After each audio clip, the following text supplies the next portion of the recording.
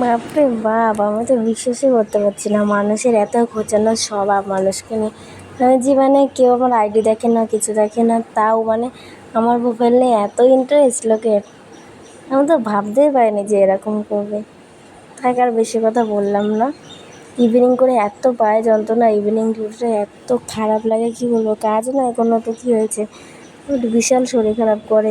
সেই সকাল 8:30 থেকে যেতাম না স্টুডেন্ট, 8:30 থেকে সেই রাত 8টা অবধি থাকতে হয়, ক্লাস করে আবার ডিউটি যেতে হয়। তোমরা বুঝতে পারছো এতটা টায়ার্ড, এতটা ক্লান্তি কীভাবে হতে পারে, কি বলবো। আর এ করে করে আর তো কটা মাস, তারপরে ঠিকঠাক হয়ে যাবে।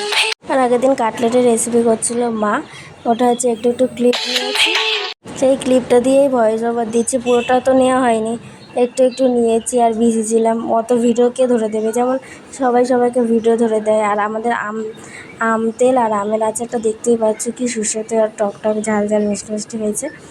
পরের সপ্তাহে গিয়ে খাবো। আম তেল হলে পুরো এক থালা ভাত খাওয়া হয়ে যায়, কি বলবো বন্ধুরা। আর ডিউটি টাইমে দেখছো তো, এত গরমে মুখের কি অবস্থা, পুরো র্যাশ বেরিয়ে গেছে। আর আমি ডিউটি টাইমে দেখেছি আমি উপরে উঠে বসে রয়েছি, যে বলছে না ভিজিটে আসবে, তাও কিছু বলেনি। এরকমভাবে হেসে গেলে আর ঘাম মুছতে মুছতে ডিউটি শেষ হয়েছে, কি বলবো। আর ভালো লাগছে না ভিডিওটা বড় করতে। এখানে ভিডিওটা স্টপ করতে চলেছি। আমার ভিডিও ভালো লাগলে অবশ্যই সাবস্ক্রাইব করে পাশে রেখো, ফলো লাইক। আর কি বলবো, উফ কী রকম লাগছে আমাদের দেখতে। ক্যাপ মাস্কও ঠিকঠাক করে পরি না গরমের মধ্যে, তাও ক্যাপটা পরেছি। তো টাটা, এখানেই সবাইকে।